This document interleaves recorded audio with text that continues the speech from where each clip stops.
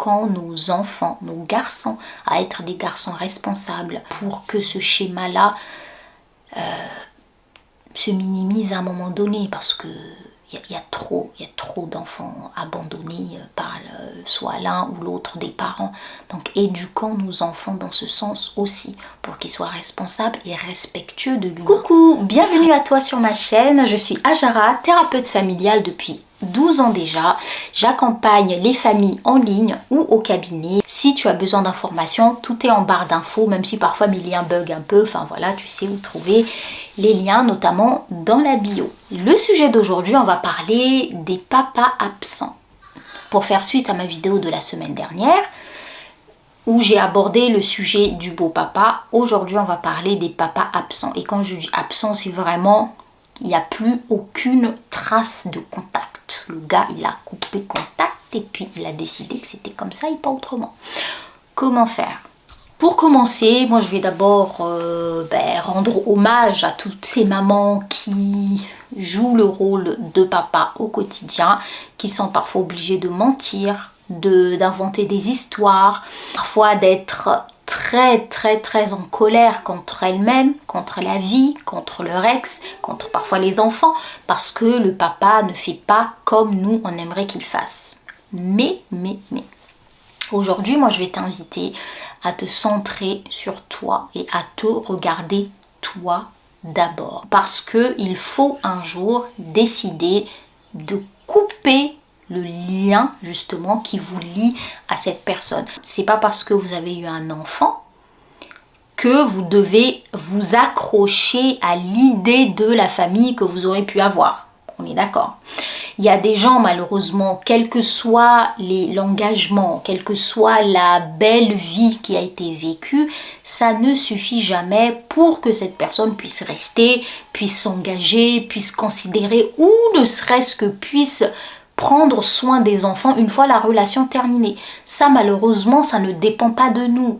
Et en général, ça ne dépend de personne. Et surtout, ça n'a rien à voir avec la quantité d'amour qu'on a pu partager ou la qualité de la relation qu'on a pu avoir avec cette personne.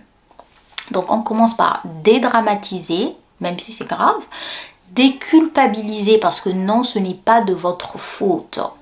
Pas toujours.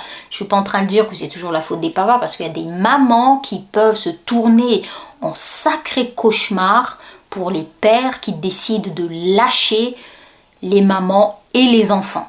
Et là, voilà, le père, certes, ce qu'il fait n'est pas bien, mais ce que la mère a fait n'est pas bien non plus. On va préciser surtout le thème du papa qui a laissé la maman. La maman, ok, il y a eu un problème, que ce soit du fait de la mère ou du fait du père, il y a eu un problème. Mais le fait est que le père, il a décidé de couper les ponts. Voilà, il s'est séparé avec la mère et les enfants. Comment vivre cette situation au quotidien et surtout comment parler aux enfants de cette situation. Je vais vous donner un exemple. Chez moi, je suis métissée et j'ai des origines africaines. Et chez moi, au Congo, on dit que la femme fait l'enfant pour elle. Elle ne fait pas l'enfant pour un homme, elle ne fait pas l'enfant pour son mari, ni pour sa famille, mais c'est son enfant à elle. Et je trouve que c'est beau parce que quand on est convaincu que quand je fais le choix de porter la vie, c'est mon choix. Ce n'est pas le choix de cet homme, même si on l'a fait à deux, mais avant de décider de porter la vie, c'est d'abord et avant tout mon choix personnel. Parce qu'au final, le bébé, il est dans notre ventre. Donc si on ne décide pas que, ok, j'accueille cette vie en moi, pour qu'elle me traverse et s'incarner dans le monde, l'enfant, il peut pas, il naîtra pas. On est d'accord. Et donc cette phrase de dire je fais mon enfant pour moi, ça simplifie, cette croyance vient simplifier et vient moins rendre dramatique lorsque l'homme il décide de disparaître. Bien évidemment qu'on ne souhaite pas que le père disparaisse, mais c'est des choses qui arrivent tellement souvent qu'on ne peut pas ignorer ce sujet.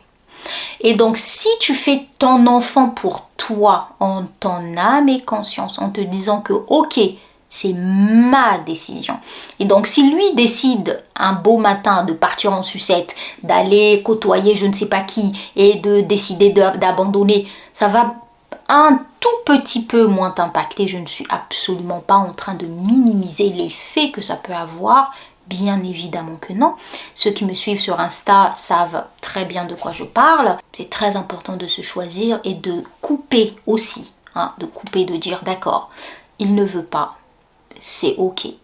C'est ok. C'est dur. C'est très dur parce qu'il y a des choses à reconstruire. Il y a des plaies béantes chez vous, chez vos enfants, qui sont à soigner, à regarder avec tellement d'amour, de considération. Et c'est un boulot qui est très lourd si on le fait tout seul. Donc n'hésitez pas à vous faire accompagner, bien évidemment. Et donc si un père décide de partir en sucette, est-ce que toi tu choisis de te détruire parce que lui a décidé de te détruire? Mais non, mais non. Comme tu as fait un jour le choix de porter cet enfant, ben fais le choix que d'accord, ok, tu ne veux plus. On avait fait un pacte, entre guillemets, d'avoir cet enfant, de l'aimer, de le faire grandir ensemble, de l'accompagner dans sa vie terrestre. Et puis lui, ben, du jour au lendemain, pacte rompu, démerdez-vous les gars, moi je me casse. Ben, tu fais quoi? Tu restes à pleurer sur ton sort ou tu décides de te relever et de te dire d'accord, tu as décidé de trahir.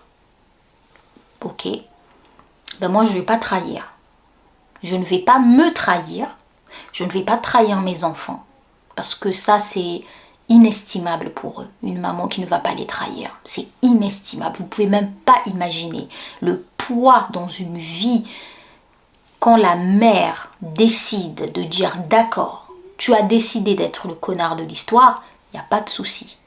Mais moi, je ne serai pas cette femme-là que tu veux détruire et que tu veux que je détruise aussi mes enfants par la suite. Parce qu'une maman qui est détruite par la vie, ben, elle va détruire ses enfants. Et c'est inconscient, mais c'est un fait. Donc choisissez-vous, priorisez-vous. Les mamans, s'il vous plaît, priorisez-vous. Voilà, donc papa absent, ça sert à rien de parler de lui mal aux enfants, parce qu'au final, qu'est-ce qui va changer? Rien.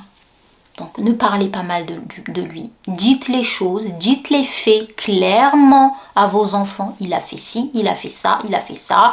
Mais pas être là tout le temps. Oui, et ce mois-ci, il n'a pas payé. Le tribunal, l'avocat, c'est un ci, c'est un ça. N'oubliez pas que ça reste le père.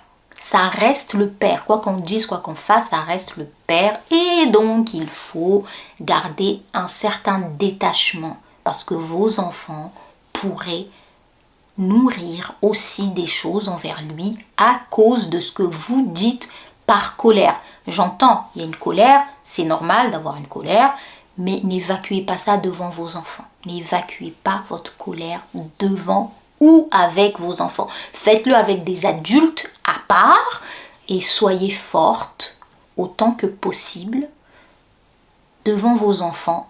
Dites les choses clairement.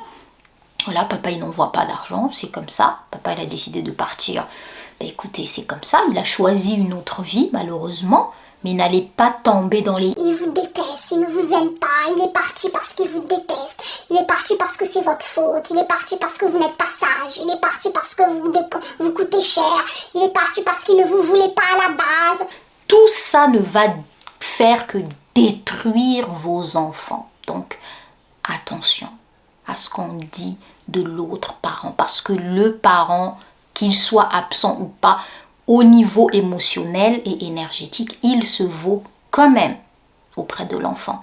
Et donc, la place de ce parent, comment il se construit dans l'imaginaire de l'enfant, elle est très importante pour sa construction à lui. Parce que vous êtes construite, ça y est, vous êtes grande, entre guillemets, mais un enfant, un petit d'1 an, 2 ans, 6 ans qui va grandir en entendant pendant des années, ton père c'est un incapable, et tout, c'est un taré, machin, et puis peut-être qu'il est parti à cause de toi, il est parti parce que t'étais pas sage. Imaginez ce que ça crée chez l'enfant, mais essayez d'imaginer une minute ce que ça peut créer. Voilà, donc je vous laisse avec ça, parce que je sens que je n'arrive pas à me canaliser, c'est parce que c'est un sujet qui me touche particulièrement, personnellement aussi.